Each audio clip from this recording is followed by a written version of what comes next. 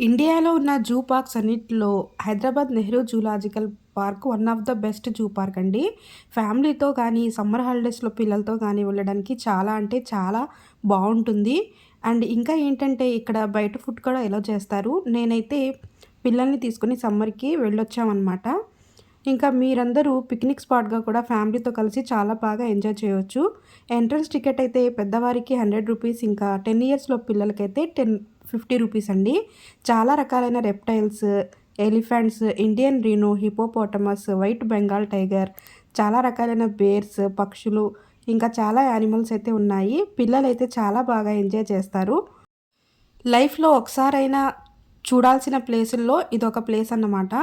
ఇంకా పిల్లల్ని తీసుకొని వెళ్ళాలనుకుంటే మాత్రము మార్నింగ్ నుండి ఈవినింగ్ వరకు అయితే వెళ్తే చాలా బావుంటుంది.